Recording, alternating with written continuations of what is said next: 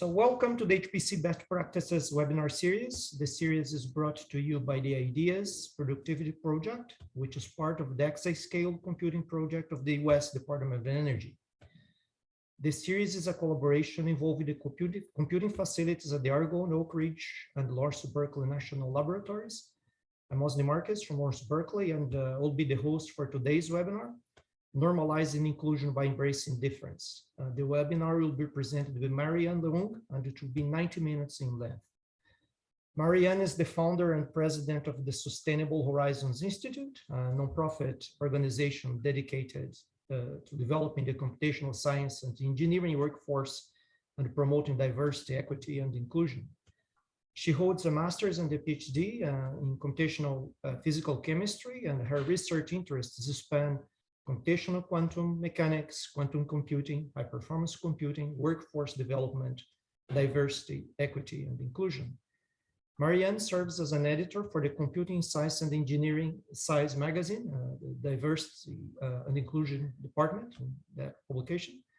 And she also performs a variety of other community activities. We have issued more than 150 tickets for today's webinar. Let's see how many people are going to join us at the end. All attendees have been muted upon entry. We'll be receiving questions through the Zoom chat and also Google Doc. I will be paste the addresses for you in the chat momentarily. Marianne, I think, will have breaks also during her presentation, so she can respond to questions that come in. Marianne, with that, I'll stop my sharing, and then please. Okay. Great, thank you so much, Osni, for the opportunity to join this webinar series, which I know is putting out lots of great content, and I'm thrilled to be a part of this event and to share some of my ideas about diversity, equity, inclusion, and I'm really happy to see some familiar faces out there, so welcome to everyone. This is intended to be a pretty interactive webinar, so you know, pay attention and get ready to interact with each other, and if you feel comfortable, feel free to share your video, and there will be opportunities for you to ask questions as well as use the chat, as we had said. So with that, I will go ahead and share my screen and start to tell you a little bit about what we're going to do for this next 90 minutes.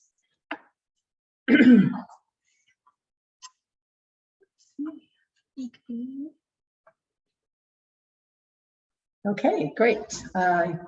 Let me know if my slides are not working, but I think they're all set to go in full screen. Good. Okay, great. So actually, first of all, what I want to do is just kind of get a little, you know, get to know you, and you guys can get to know each other a little bit.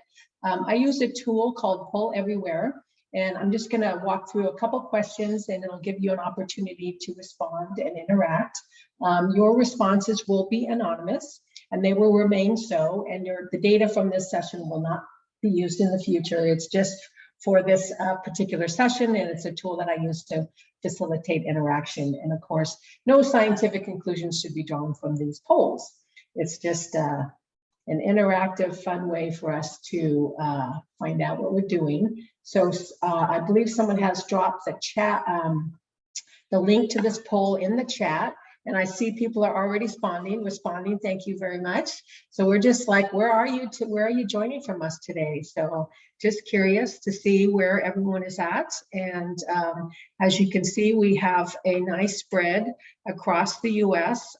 Looks like, let's see which areas are gaining the most strength. There's quite a few people out in the West Coast, but we've got a lot of all over the place. So great. Oh, and someone, perhaps, I'm not sure where this other one is, maybe Hawaii, and quite north, great.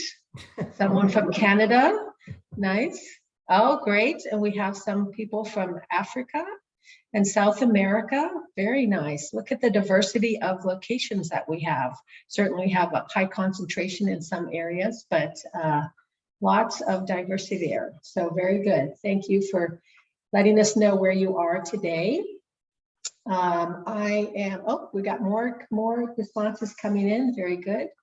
Thank you so much.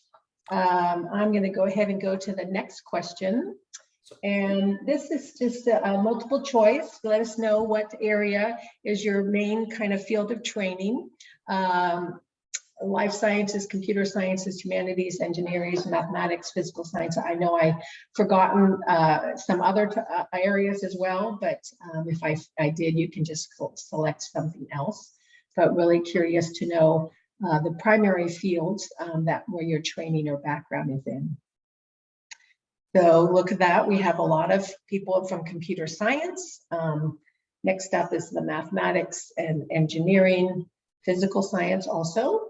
Some life science people, some humanities. All right. So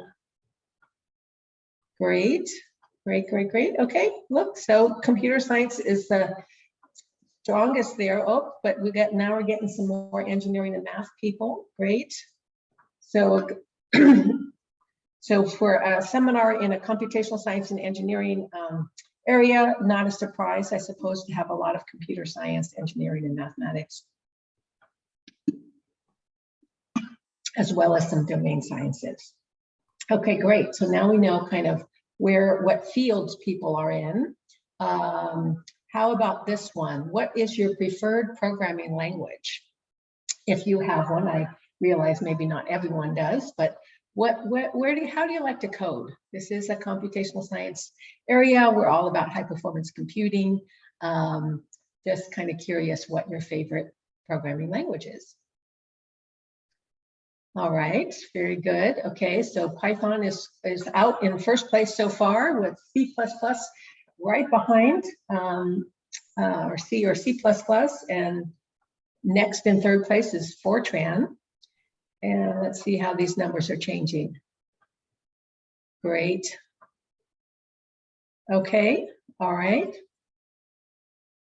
Nice. Okay, Java's gained some popularity there. Okay, good. So it looks like Python and C or C++ are the strongest or predominant languages so far in terms of the people who are on this webinar. Next question. What is your gender? So a different topic, but just to kind of see who's out there and what our demographics are looking like. All right. Okay, looks like we have stabilized or getting close to stabilized, about 60-40 in terms of male and female. All right, okay, very good. Next question is on to race and ethnicity. Which is your race or ethnicity?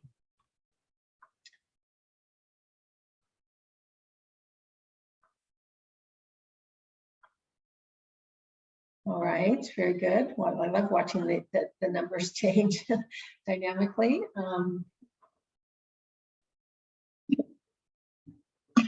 Okay, great. So it looks like we have, the largest percentage are Caucasian, and then next is Asian, Black or African American, and Hispanic or Latinx, and some multiple race as well. Very good. Thank you for sharing that information. And next up, just a question about disability status. Yes or no? There we go, okay. All right, very good. Numbers are stabilizing here. So predominantly not, but we definitely have some with disability status. Okay, great. And another question here about your academic background. Are you a first generation scholar, meaning the first one in your family to go to college? This is another area that's really an interesting thing, because people who are first generation scholars have different situations and different challenges, maybe not so much support and people telling them how to follow the path and what the path looks like. So that's another interesting dimension of diversity. And look, we have nearly 40% that are first in their family to go to college. So if you're one of those, welcome. And I hope you're going to find lots of interesting information here to help you through your path. And if you're not one, maybe you'll have an opportunity to find out what it's like to be from a first-generation background. Okay, so last question of this group is, what's your preferred preference for a hot beverage? You like chai, coffee, espresso, tea, or maybe something else entirely?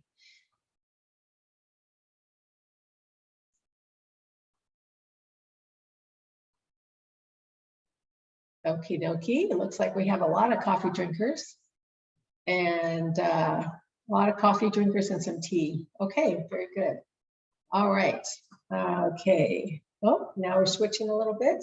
Very good.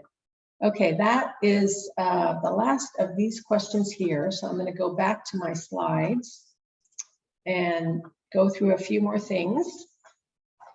Thank you all for participating in that poll. I find it very interesting to see who's out there and kind of where we're at in this audience.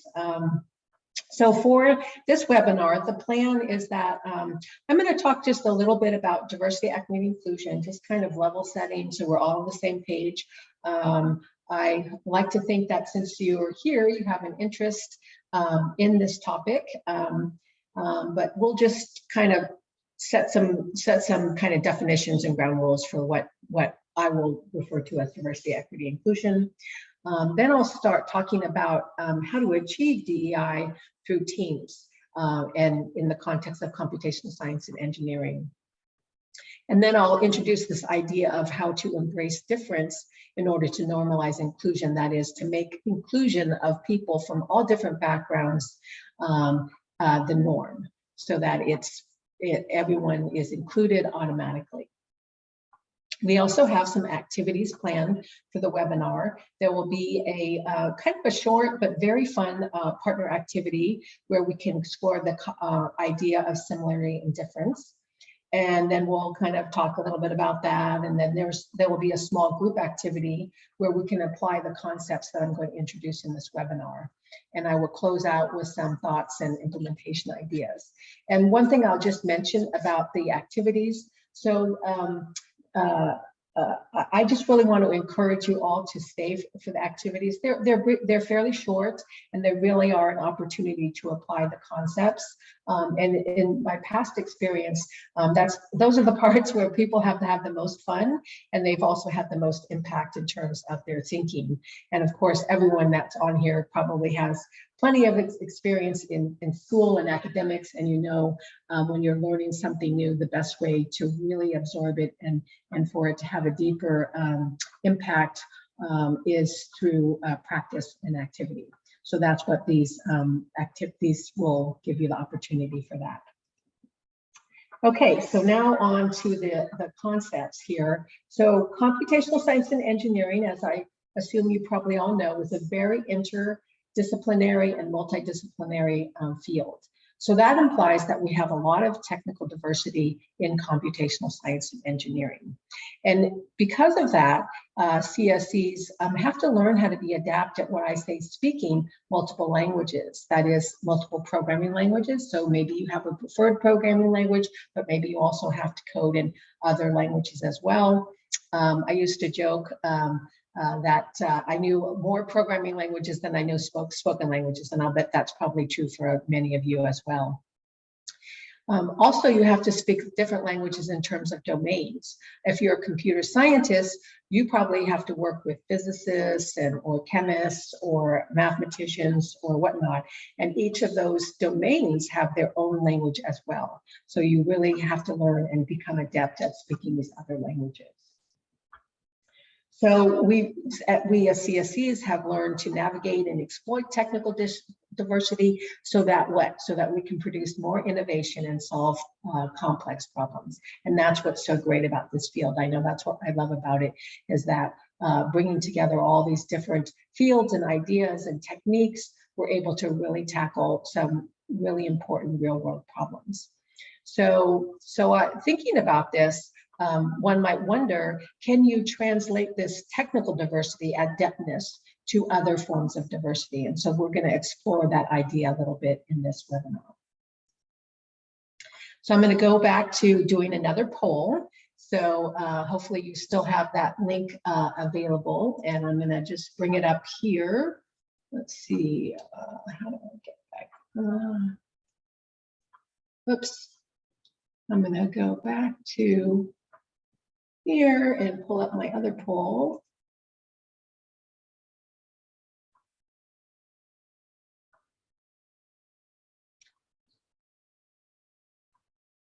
Okay, so hopefully now you can all access and see this next poll. And so the first question I want to ask is exploring a little bit about technical diversity in your teams. Is there a lot of technical diversity or not? So you're basically all in the same field, or you're actually working teams where there's a lot of different people from a lot of different fields. Just curious about your experience in your teams and what those teams look like in terms of technical diversity.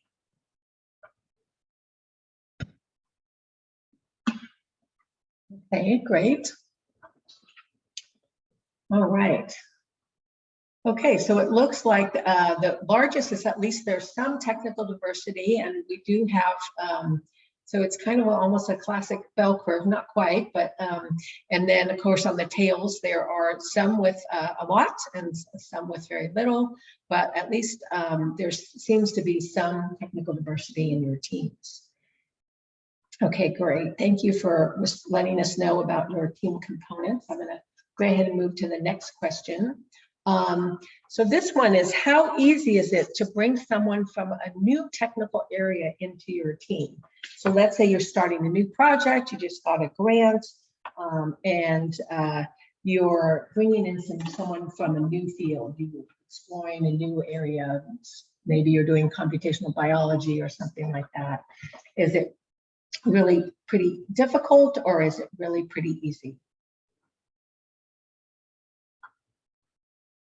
So just let us know, how easy you think it is to bring in someone from a new technical area into your team.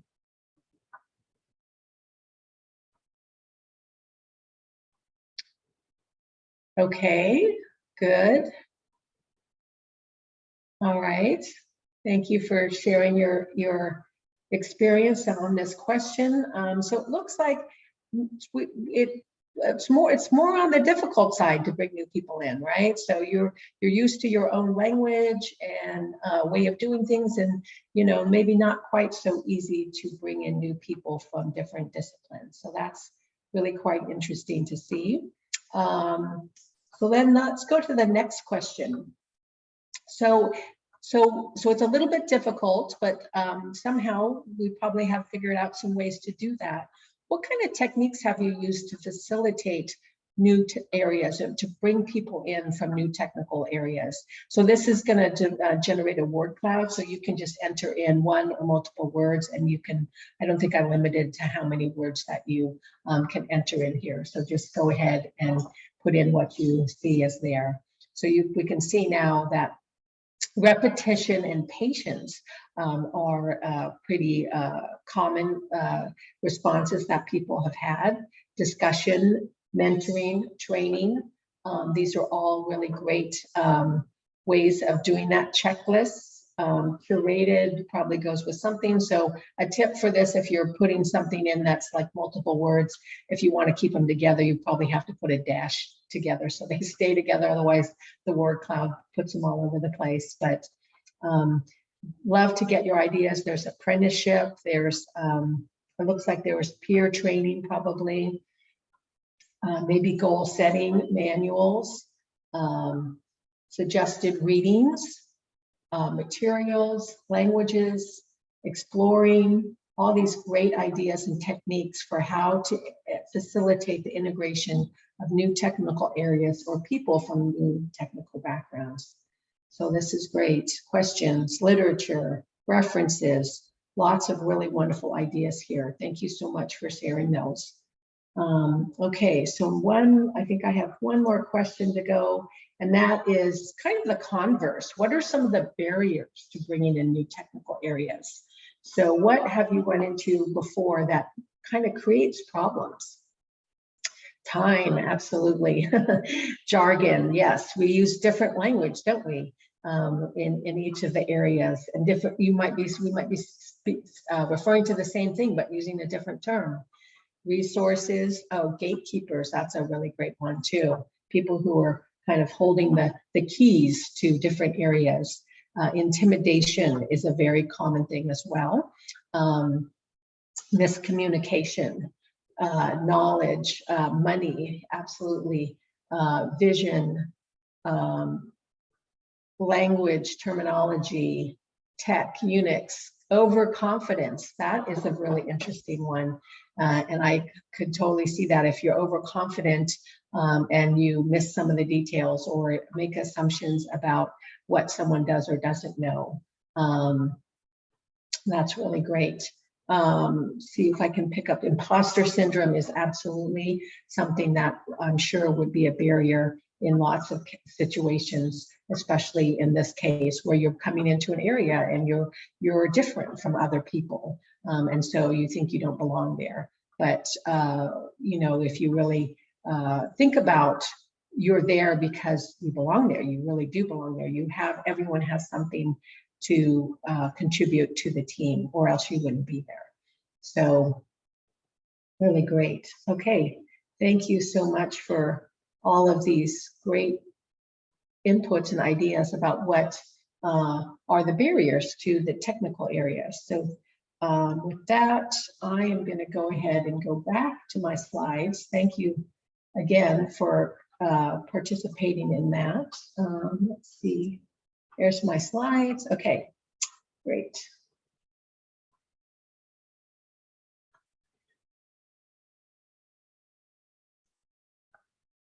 All right. Okay. Thank you again for letting us know who's out there and for giving us your ideas about technical diversity. So now our challenge is going to think about how we can apply what we know about embracing technical diversity to other forms of diversity within computational science and engineering. So I think that we have learned something and we can apply this so that we can support diversity, equity, inclusion in other forms. So I wanted to start out on a very basic level, which maybe this is too easy for this audience here, but I thought in terms of just kind of setting the stage here, it'd be important to think about these terms, diversity, equity, and inclusion, and what do they mean, and what is the kind of the difference between them. So I, pulled out the standard Merriam-Webster dictionary and pulled out these definitions and thought I would share them with you. And of course, Webster's defines diversity as the condition of having or being composed of differing elements or variety. So having some difference. So that is something that basically is what diversity is difference. Equity, of course, is something a little bit different. It has to do with justice according to natural laws or rights, and specifically freedom from bias or favoritism. And that is, of course, particularly applicable within this context. Whereas inclusion is the act or practice of including or accommodating people who have been historically excluded because of race, gender, sexuality, ability, or whatnot. And so that is the difference here between diversity, equity, and inclusion. And so I think, like I say, it's important to just kind of level set and think about those differences because they're really all important and they all work together to create a situation where we can have a great CSE environment and achieve a lot of innovation. So here I wanted to specifically kind of point out the difference between diversity and inclusion with this quote, which I really like, and it's diversity is being invited to the party where inclusion is being asked to dance. So for many years, of course, people in the field have been studying diversity in STEM for decades, and a lot of the focus initially was on diversity and just kind of making sure that we had variety in STEM. But what really became very apparent is that it's so important to also focus on inclusion, which other people also correlate to retention. People actually feeling included, not just being there, but being fully productive and contributing. So next, I'd like to talk a little bit about how we can promote this idea of DEI within CSE teams so that we can produce really productive and inclusive teams. So I'm going to start with another quote, which I really like, which is from this Leadership in Science and Technology Reference Handbook. And it's just really poignant, and I wanted to share that with you. So I will go ahead and read it for you. The quote goes like this. It is said that truth shall set us free, yet we need freedom to discover the truth. Thus, leaders in science and technology must accept responsibility for the results of their work and for the means they use to accomplish it. Fundamental to that responsibility is respect for facts, for creativity, and for colleagues. So what I'd like to do for a little bit is to focus on this last part of that quote, and that is fundamental to that responsibility is respect for facts, for creativity, and for colleagues. So again, zoom in on the colleagues aspect, focusing on respect for colleagues. And within the context of CSE and DEI, well, what we've found, there's lots of literature to demonstrate this and lots of data, cultivating respect for people from underrepresented groups has been quite elusive. And that is mostly because of the common sources of attrition, why people leave. If you look at the data, you find that there's lots of people from all different backgrounds who are interested in STEM or CSE, but they drop out, they don't stay, they leave. And so these are the common reasons why people leave. There's stereotype threat, bias and discrimination, of course, feelings of isolation. Maybe you're the only one who looks like you that's in a group, a lack of role models or the confidence or social capital. For instance, if you're a first-generation scholar, you don't have people ahead of you telling you what to expect. And so that might result in a lack of confidence. Of course, imposter syndrome is something that pretty much almost everyone experiences, but more so for people from underrepresented backgrounds. And sadly, in some cases, we do find cases of harassment as well. So the good news is that we can actually change all of these things. There are known techniques to do this, and we can change them as individuals, as leaders, and as systems in terms of our policies and practices that we use to govern our work. And you may think that as an individual, there's very little that you can do, but actually there's a lot that you can do. You can change your own way of thinking. You can educate yourself to understand what it will take for everyone to be able to work together. And you can influence leaders. And of course, leaders can develop the policies and practices. And if you think about it, the systems and policies and practices are really made up of the individuals. So there's really a lot more power here at your hands than you might think you have. But of course, the bad news is that change is hard. And I share another quote here, which I think is also quite telling in this situation, and that is, people are very open-minded about new things, as long as they're exactly like the old ones, right? So not everyone, very often it's easy to think that, oh yes, we want to innovate, we want to do things differently, but actually doing them differently is maybe not so easy. So to try to address this, I want to share with you this kind of analogy or concept that I thought up. It's just a little thought experiment for us to walk through, and it's something that I call coordinated self-assembly. So when I was in grad school, I had a chance to do a little detour from my thesis work, and for my second year exam, I had to go and learn about a field, learn about something outside of my field, and then do some reading, present a paper, defend it, and so on and so forth. And I chose to do a side trip into this area of surface science, which involves the process of natural self-assembly.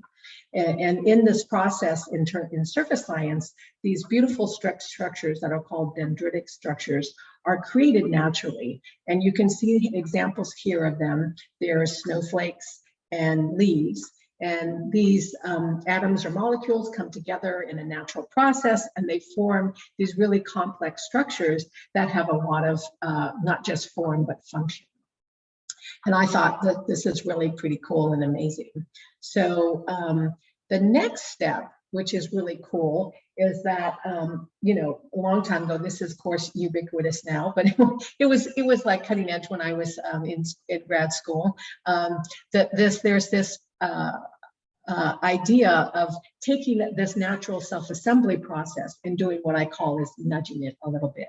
And that is in the creation of carbon nanotubes. So carbon nanotubes, in case you're not familiar with this technology, through this natural process, through a vapor deposition, carbon is vaporized, and then the atoms fall onto these sheets. And then, you know, through these really cool techniques that scientists have figured out, the sheets will roll up into tubes. And then, of course, these tubes become extremely useful to us. A common use is for targeted drug delivery, but there's lots of other uses as well. And this is what I call coordinated self-assembly. So we take this natural process that happens, and then we kind of nudge it a little bit to create something that is even more useful than what would happen naturally. So next, I'm going to share an example of coordinated self-assembly idea that is from the engineering side, so from robotics. So I'm going to share a video. I'm going to play this video next. And there should be sound, so let me know if you don't hear the sound.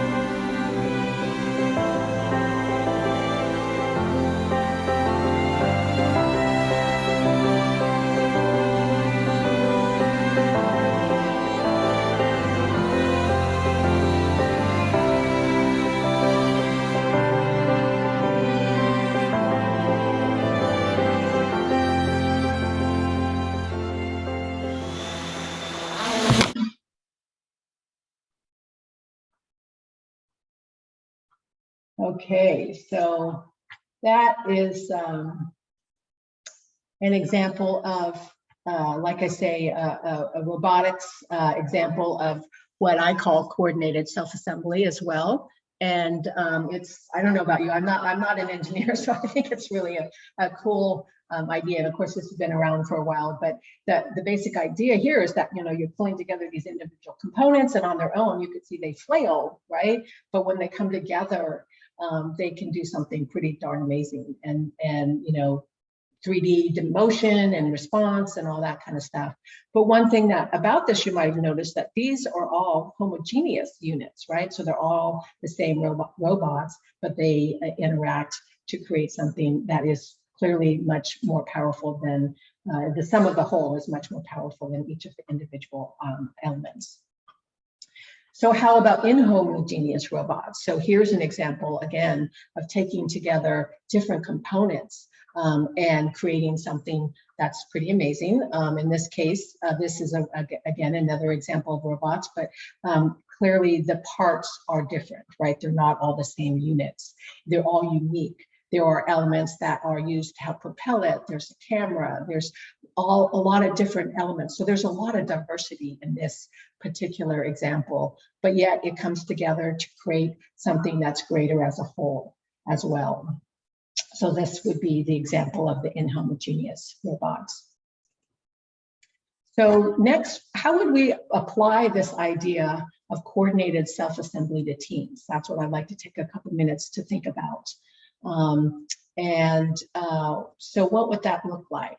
So in my mind, in order to achieve this idea of coordinated self-assembly for DEI in CSE, first of all, we'd have teams of people from diverse backgrounds. So we looked at today already a variety of different kinds of diversity, but we would have diversity in our teams because there is, of course, research that indicates that the more diversity you have on your team, the more innovation that tends to result from that.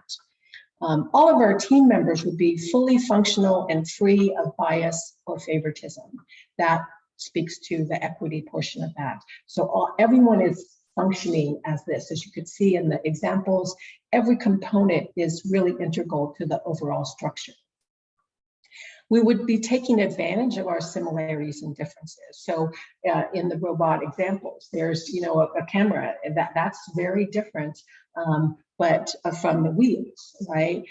And we take advantage of those in order to create something that's even more powerful as a whole. And then in terms of kind of that coordinated self-assembly part, all the teams assemble naturally and kind of the parts fit together, and the sum of the whole is greater than the parts. So what might that take? I think in our case, the first thing to think about is our starting state. And as we know, if you look at the data, the numbers are low, right? So this brings up something that I call the canary in the mine syndrome. And that is, you may recall back in the day of the miners, before they had a lot of technology, they would use a canary to put in the mine to determine whether it was safe, whether there were toxic gases in there or not. And very oftentimes that kind of is what the situation looks like to people that are from underrepresented group. Is this environment safe for me to not only survive, but hopefully I would be thriving? And what will that take, in my opinion, is going to be freedom, respect, a sense of belonging, that you do have a safe environment, and that you could bring your whole self to that job, right? You want to be your whole self and embrace all of those differences that you have, as well as identify the similarities.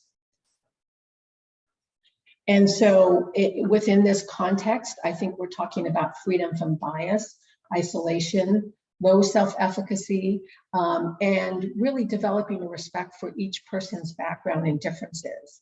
And I really mean that from each person. Everyone that's here, I think, has the ability and the responsibility to both give and get respect from each other, from our team, from all of our team members that we're working with. And developing that respect takes work, right? And it takes maybe changing the way we're thinking and the way we practice things and the way we even organize ourselves, but it can be really worth it.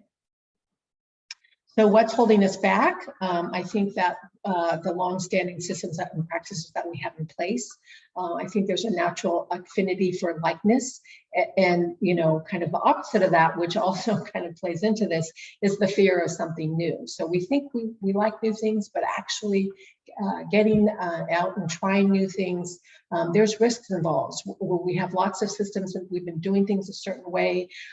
We know it works, so why rock the boat? Well, we should rock the boat because there's all kinds of great rewards if we do. So we know that we can produce more innovation.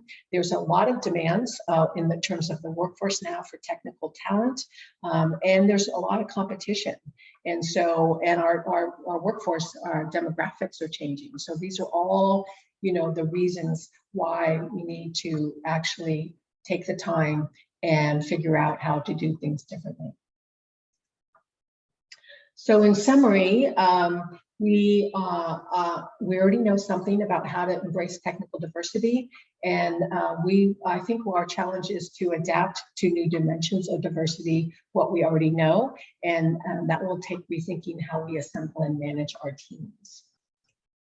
So with that, I could see if there's any, I'll pause for a minute and see if there's any questions that have come up either in the chat, or if everyone wants to unmute and ask a question or give a comment, I'd be happy to entertain that. Yes, I don't see questions in the Google Doc, and I don't know if there was any in the chat. So people, as you said, could ask you directly.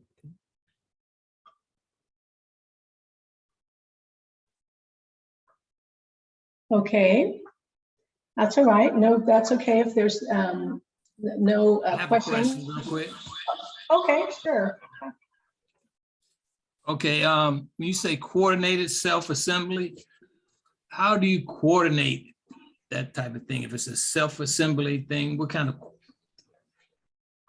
what kind of tools or methods have you come up with that would help in coordinating that self-assembly process? That's a great question, William. And I think, so I do have some ideas. And if you don't mind, what I'm going to do is we're going to kind of go through this activity so you get a chance to try to experience it. And then at the end, I do have some ideas and suggestions for that as well. So I will definitely kind of go through what it's going to take to try to actually coordinate that self-assembly. Eric, I see you have a question. Yeah, I suppose you're going to talk to this a bit as you walk us through the example, but any self-assembling system like you're envisioning implies a set of contracts and running rules for that assembly that have to be agreed to. And my concern with the metaphor, and the thing I want to understand more as you progress through this, is one of the historical challenges to increasing representation is that the implicit rules of the system create disadvantage for individual players. And so if the implicit contract of the self-assembling system disadvantages some, now we're talking to system components, people, individuals over others, then I worry that any approach to self-assembly, which includes the bias that's already inherent in our existing systems, will just result in the same outcomes. So that's the thing I'm hoping to understand more of as you explore the thoughts here. Right. Yes. Okay. Thank you so much, Eric. That's a really great point, and it's very true. And I guess just a quick response to that would be that I really appreciate you bringing that up, and I would challenge those underlying systems. And that's really what we're talking about here is trying to figure out how to change those underlying systems and to start with a more level playing field. We are where we are, so we have to take incremental steps to try to get there. But absolutely great point.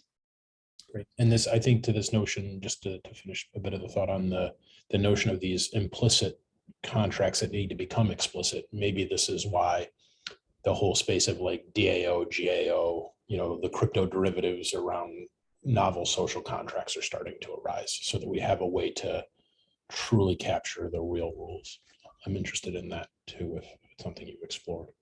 Yeah, I have not explored that at all, but would love to maybe have an offline conversation with you. That sounds like a really fruitful area to talk about. David. Yeah, so I was just Googling how diversity can increase the efficacy of a group.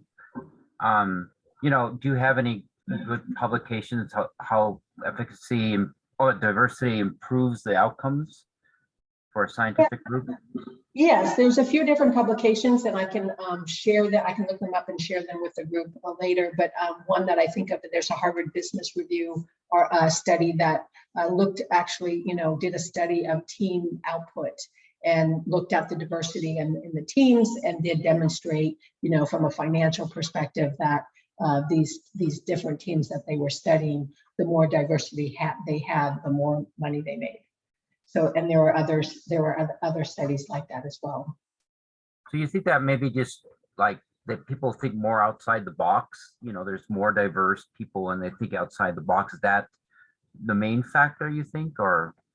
Yes, absolutely. So you have people that are, well, people from different perspectives and different backgrounds will, you know, maybe think about it differently, approach it differently, and thereby, if you can figure out how to work together with these diverse backgrounds, overcome those challenges of, you know, different jargon, you know, all the things that we saw earlier on in the polls, then what you can produce is a lot more innovation, right? So there's, so an example is, you know, if you have a very homogeneous group working on a problem, they're all kind of seeing it from the same perspective, right? But when you introduce another perspective, it's very different. So there's lots of research on this as well to show that, you know, in terms of design, a lot of design has been done typically by males.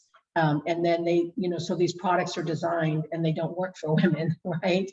So that's one simple example. And just having a woman on the design team will help to highlight what is important for a woman in that particular situation. Yeah, great.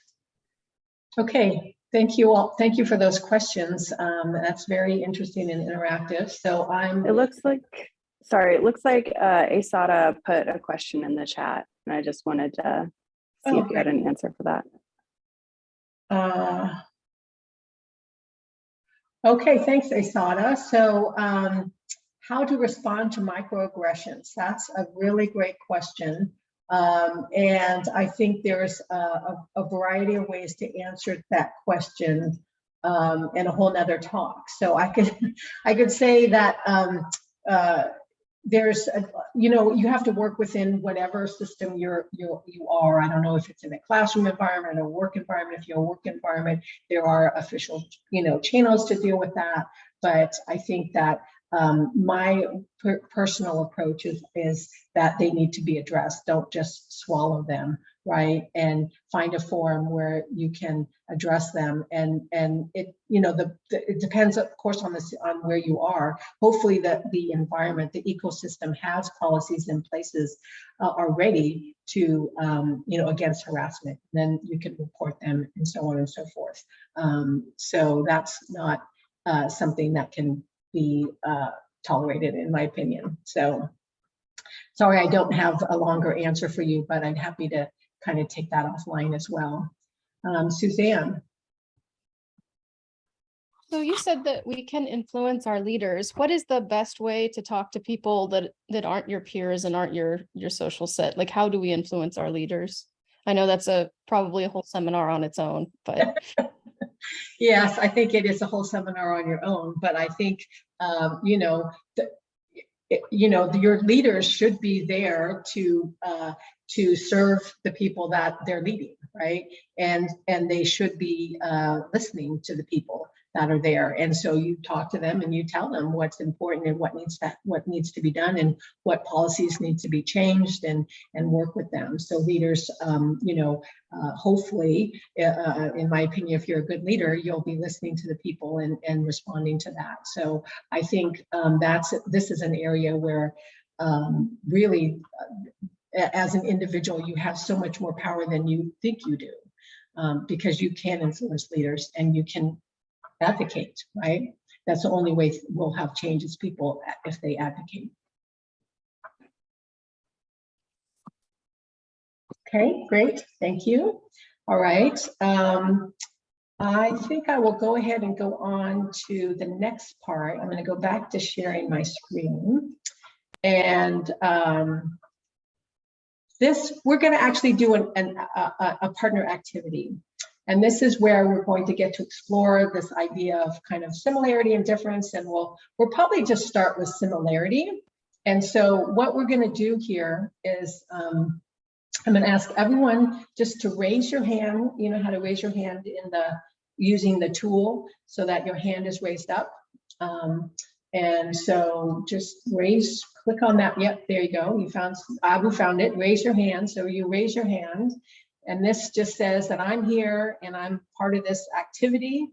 And so what I'm going to ask you to do is to start chatting with someone, preferably someone you don't know, and try to find some similarities.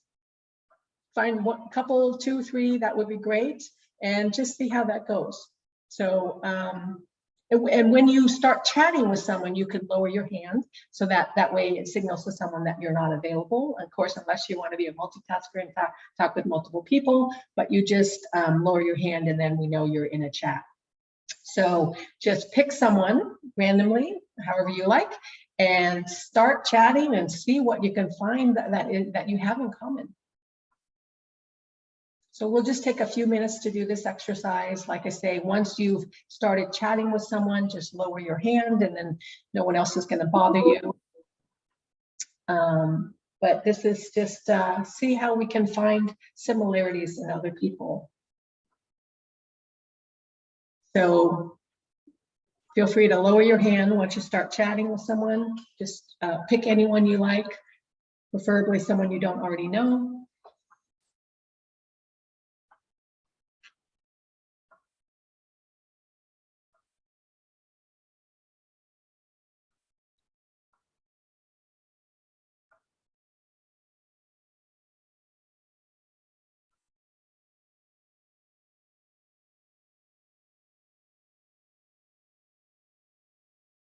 So if you still have your hand up, just start chatting with someone, or if you have your hand up and you are in a chat, go ahead and lower your hand and see what you can find out. Just do an individual chat, through Zoom, direct message. Try to see what you have in common.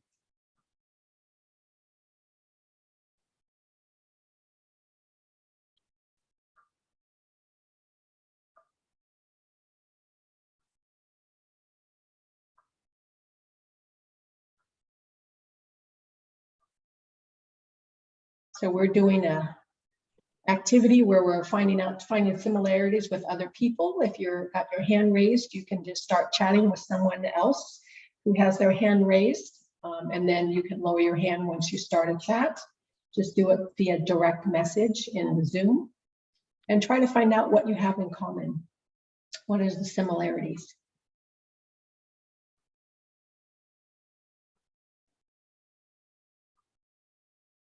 We'll do this for a couple more minutes.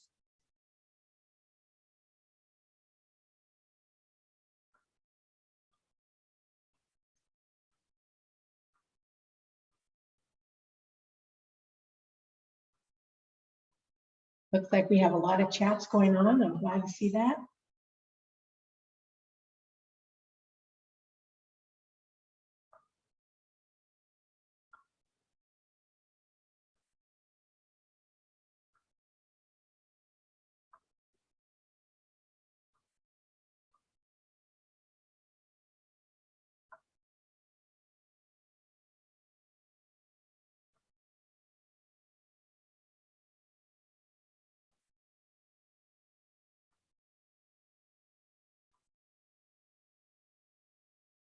Okay, try to wrap up your chats and we'll join back together as a group.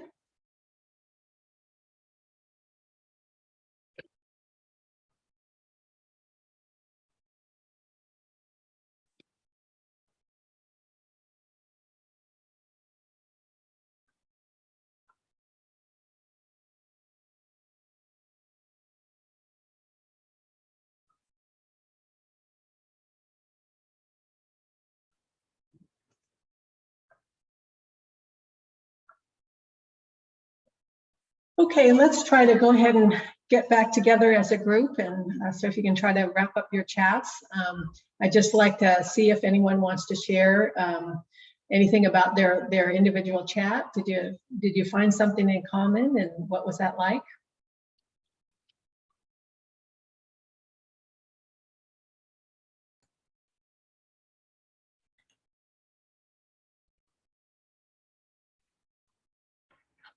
I see some smiling faces, so I think that's a good sign. Hopefully, hopefully so the conversations went well. Do you want to hear, Mary? Pardon? Do you want to hear our? Yes, I do. I would love to hear how did your conversation go? Hi, this is Abu. I was talking with Alicia. We had very hard time to find something common, but eventually there are many. We both are from Asia. We love to reading, cooking, things like that. Great. So it took a little time. What was that process like for you to initially, like you were hunting around to try to find things, or? Just throwing words, what I do, what I like. She did the same thing and we found things common. Okay, great. Thank you. Thank you very much. Anyone else like to share anything about their conversation? Was it easy or was it difficult?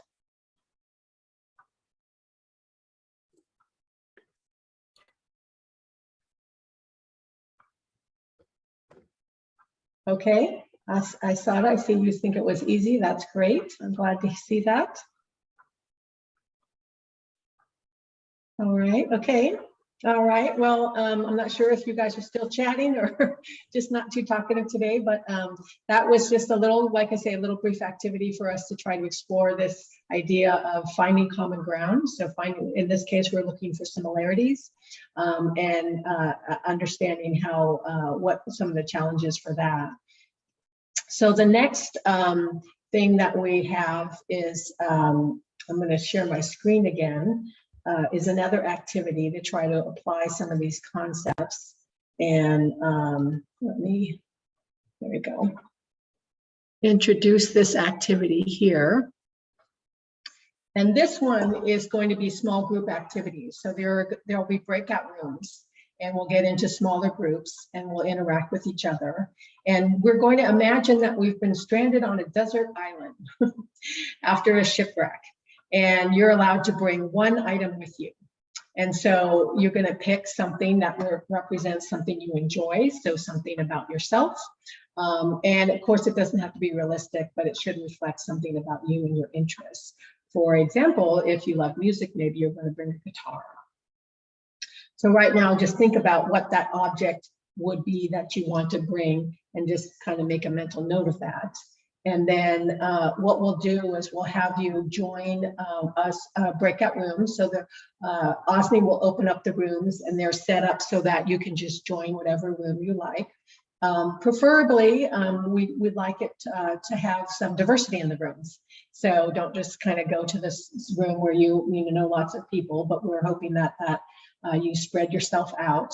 And do a little bit of load balancing. So we ideally would like to have about the same number of people in the room, but you know, we're not going to be too picky about that. But we don't want to have a room with only a few people and a room with a lot of people. So when you get in your breakout room, each person is going to share what they want to bring and why.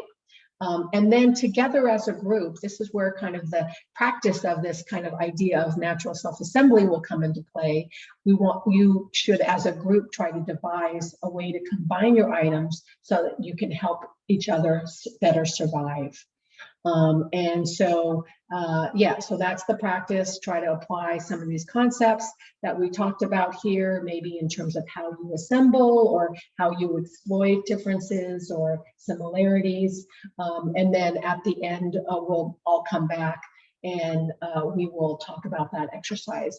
And we're only going to give you 15 minutes to do this. So, you know, you won't have a lot of time and whatnot, but that is the idea. So, yeah. So that's it. That's the introduction of the next part. So I see that the rooms are open, so you can go ahead and join a room. Hopefully you can see down there the breakout rooms. There's all different names of rooms, and just pick a room and join one.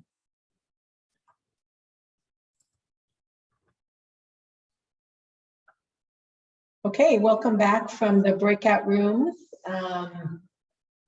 I would love to hear how your conversations went and what you guys had in your room and how you arrange them so that you could better survive.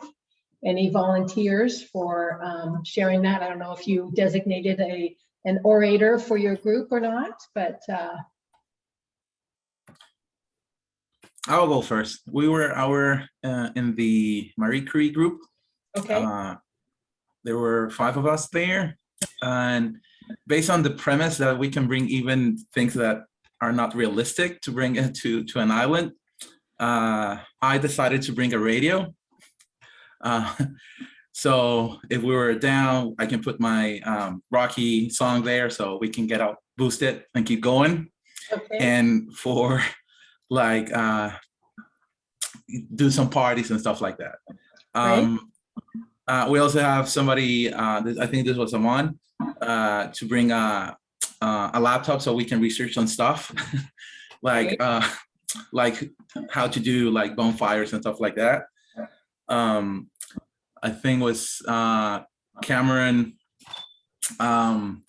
He talked about also bringing like board games to hang out, chess and stuff like that. So somebody else, Tansim, I think, she talked about bringing books. I think that's cool to have quality time by yourself and read something. And I'm missing, I think it was Aaron, I don't recall, about having a good set of boots to research the island for good spots where we can go. And I'm missing somebody about bringing tools, and we were thinking about building a hut.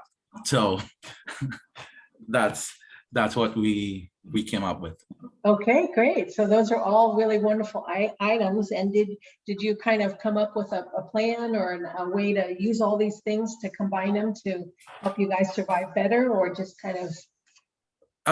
Well, we were pretty much just chatting about what we can do, yes, with our stuff.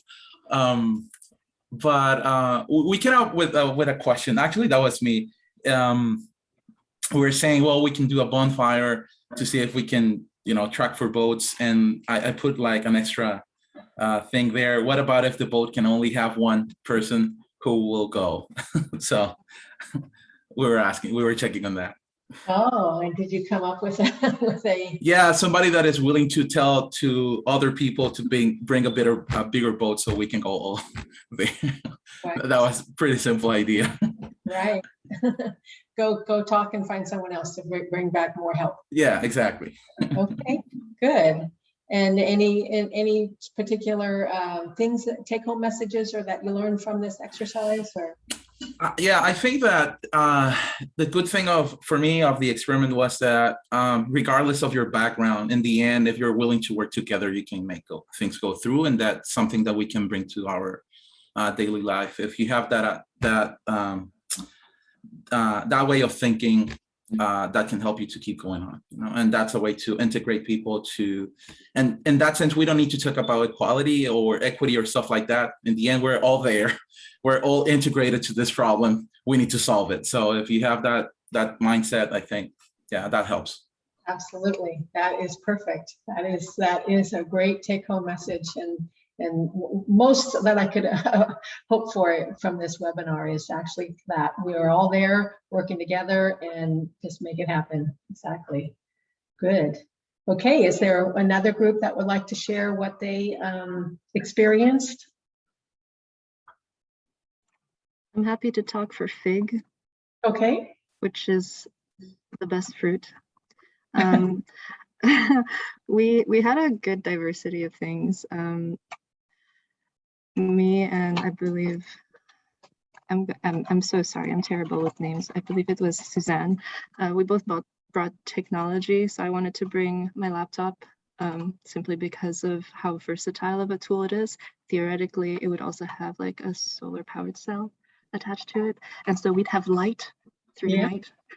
She wanted to bring a VR headset for creature comforts and reminding us of home and a bit of escapism,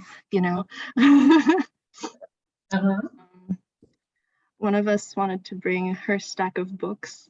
I figure since she buys a lot of books, surely one of them has insightful information. We wouldn't lose our minds, essentially. A lot of perspective in books, right?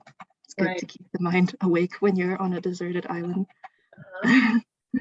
One of us wanted to bring her dog as well, and originally it was for company, but I'm thinking now the dog could probably be trained to help with survival situations as well. I thought very thoroughly about how our survival chances. Yeah, team mascot, great.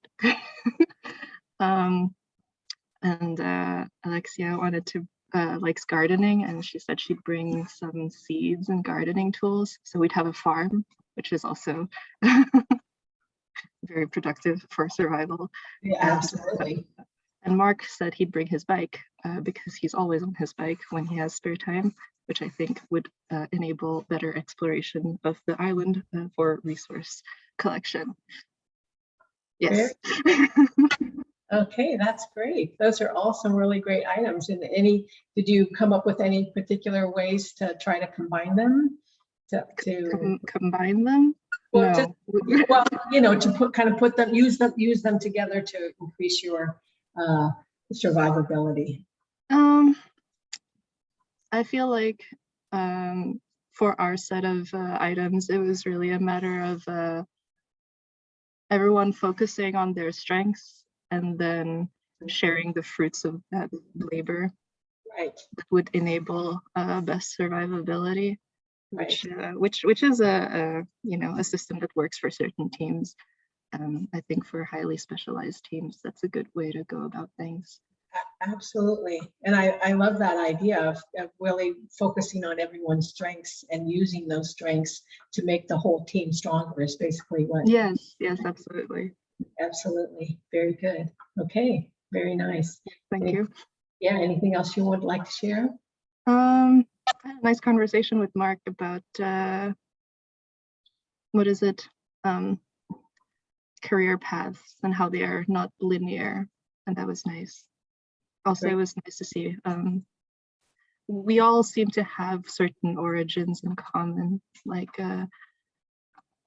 there was someone in our group that is also working with Brookhaven, and then like 4 of the people in our group all came from the same state or something. So it was nice that we kind of coincidentally like found each other in this little group. It's very, it was wholesome. I enjoyed it. That's wonderful. I like that. So you guys did focus on both similarity and difference. And yes, absolutely. Okay, very good. Thank you so much for sharing that, Alicia. Yes, thank you. Would someone else like to share for their group?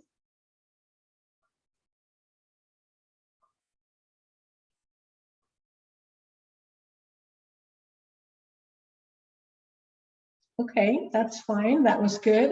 But really appreciate you guys sharing what you talked about, and it sounds like there were some great conversations. I hope you all had a good time in the breakouts.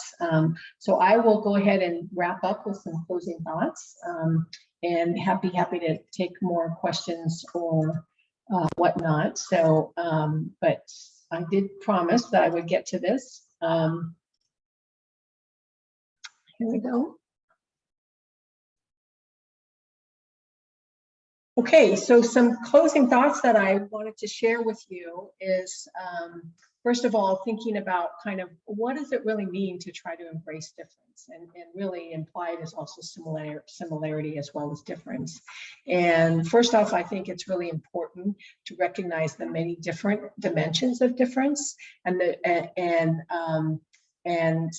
think about how easy is that to find similarities. So again, not just focusing on the difference, but also thinking about finding similarities. Sometimes finding the common ground is the best way to start, and then highlighting what it is like for that difference. How easy is it to talk about difference?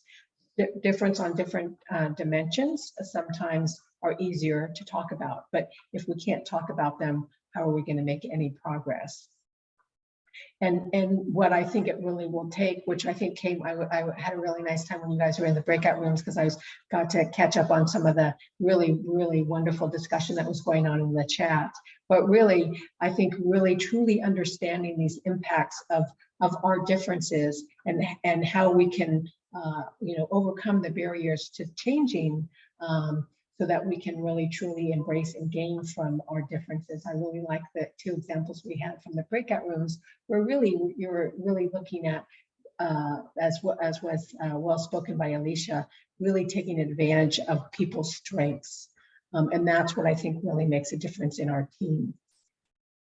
And then lastly, but not leastly, I tried to introduce the concept that we really already know something about how to take advantage of and embrace different kinds of diversity, in this case, technical diversity. Then we should hopefully be able to adapt those techniques to embracing other kinds of diversity. So a few implementation ideas. So finally getting back to William's question about how we actually implement this. So it takes work on a variety of different levels, from the individual level, from the leaders, and from the system level, or in terms of policies. But excuse me, just a few ideas that I came up with. In terms of the next time you are trying to form a team, make it a priority to bring in more diversity. And really, even though we're all really busy, maybe we all have lots of Zoom fatigue and lots of different things going on, you really, in order to make this change, you will have to be intentional to really try to make this happen. So it's natural when you're trying to put a team together to call on someone you know, but try to avoid that natural tendency and intentionally branch out to new areas and to new people. One way to expand your network is to just, even if you get one note away, so you ask a friend or a colleague to identify someone else. And then that's one way to get at least one note away. It's going to be a process of trying to expand your network. So I know there's a lot of people on this webinar from the SRP HPC program, and that's exactly what we're trying to do in this program. We're expanding everyone's network. So every person who's participating, all of a sudden you're getting introduced to all these other people. So now your network has been expanded. So you have all these new nodes that you can call on when you want to do something, or you want to learn something, or whatnot. So expanding your network is really important. You can also, engage, that's kind of engaging in this, by being part of the SRP, that's where you're engaging in activities where you get to meet new people. And of course, when you do this process, it's going to involve probably taking some risks, right? You're going to work with people you're not familiar with, and so that might feel a little risky, but try to do your best to take a chance and maybe do whatever makes you feel comfortable to make those risks mitigated, so they're not quite so risky for you. Speak up and talk about that. And when you're onboarding your teams, take actions to make sure that everyone is included, and that everyone is heard, and that includes the quiet, shy types, right? So there are, of course, in this field, a lot of people who are more introverted, because that's the nature of some of this work. So we need to really work in order to make sure that everyone has a voice. So one small way that I did that today was by including polls, right? So everyone had a chance to have a voice. I didn't, check to see how many people actually responded, but it's a way to give everyone a voice, even if you're kind of shy or quiet. And then, of course, learning to use everyone's attributes. So all the strengths that each person has. Everyone is here because they have strengths, and you're here because you belong. And we need to help each other understand what are your strengths and how can that contribute to creating a better team. How do you utilize those strengths to do that? And of course, all this whole process is going to require the cultivation of respect amongst each other, so that we can voice ourselves and we can bring our whole selves to the job and to the day and to the work. And I think if we really do try to embrace or exploit these differences, we will truly have more productive and innovative work in our science endeavors. So with that is the basically the end of the presentation and my thoughts. I know we're probably close to the end of our time, but I'm happy to stick around if anyone has any questions or comments that they'd like to share. Thank you very much, Marianne. Thank you for folks joining us today. If you have questions, then please unmute and ask Marianne directly.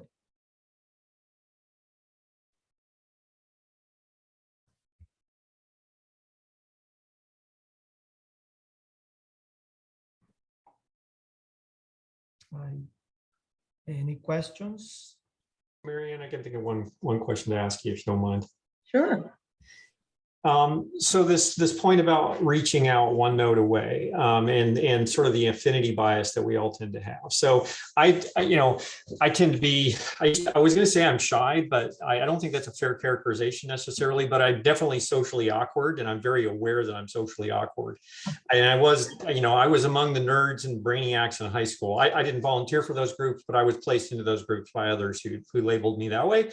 But I guess what I'm saying is the act of being of reaching out and interacting with others that are different from me, those that I don't have an affinity with, actually required, initially for me anyways, quite a bit of cognitive load, to be quite honest. I'd find myself exhausted trying to do that on a regular basis. And so the question is, can you speak to that? And I'll just throw one other thing out, which before you answer that yourself, Marianne, my wife asked me, well, imagine being the only woman in a room full of men, or the only Black person in a room full of white people. Imagine how exhausted they must feel after a day or weeks or months of working. So anyhow, I'm just throwing that out there. I wonder if you could speak to it.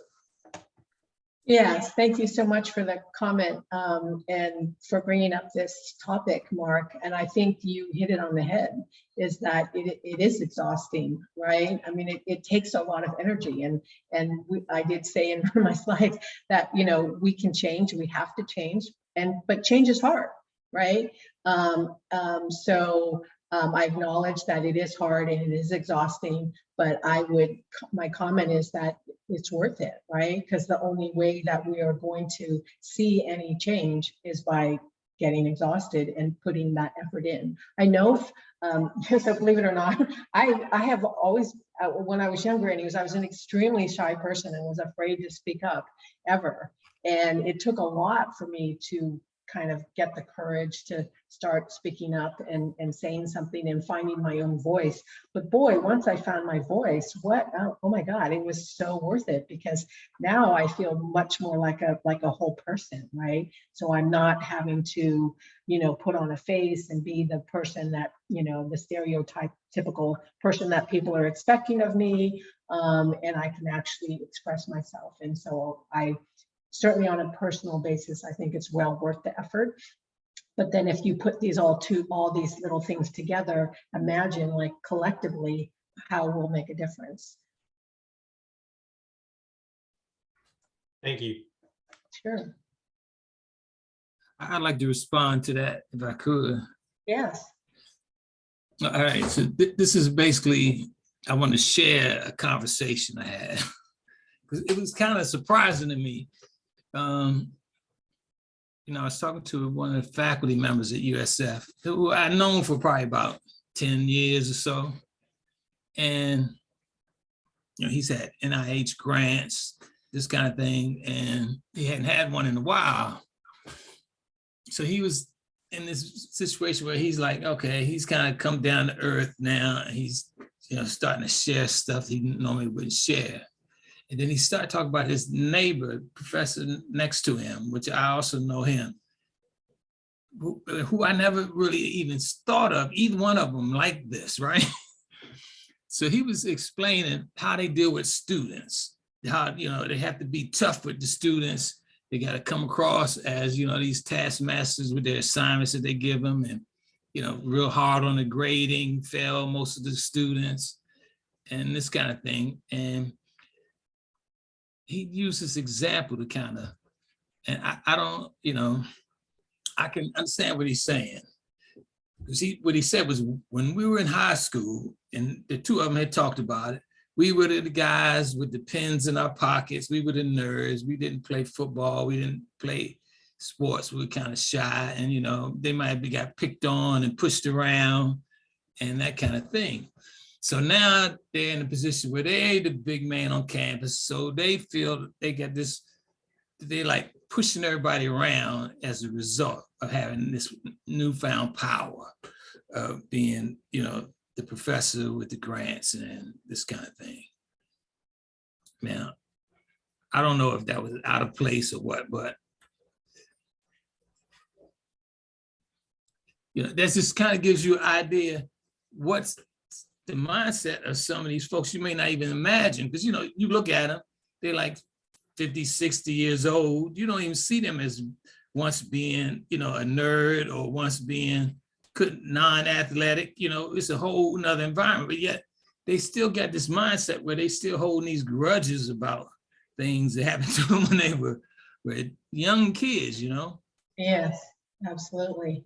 That is a very common phenomenon, you know, that happens. Unfortunately, what happens, you know, there's that kind of old saying that history repeats itself. I think our systems are set up to repeat themselves.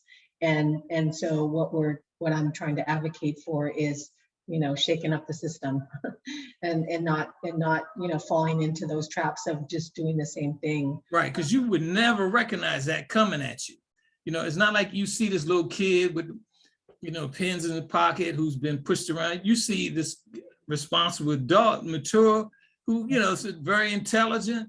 You know, you admire them, and you know, all of a sudden, you know, there's these things that you don't even see, you know, that are part of the, and you know, I know we all have parts of us from childhood that play a role in who we are. Absolutely. But stuff like that, you know, are things we need to be responsible about,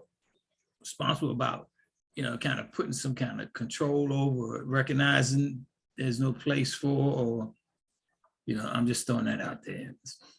Yeah, no, I appreciate you sharing that. That is a truly one of the biggest forces I think that we have against, you know, this effort is the you know, the systems in place. It's like, you know, the train's moving and it's moving fast, and we're on this train, and how do you kind of change it? But my perspective is you change it one step at a time, one person at a time, collectively. If we start forming these, you know, some teams that are much more productive and are working in a way that is different from that, and guess what, you know, you're going to get recognized because all of a sudden you're producing more innovation, and then, you know, you just grow and grow and grow until it's something that you have critical mass with, right? So there's right, exactly. That's the only way, you know, and yeah, that's the only way to overcome that kind of thing. You're right. Absolutely. Just for the logistics, I think I'll stop the recording here, but just please keep the conversation going. It's just for organizational purposes here. Sure, absolutely.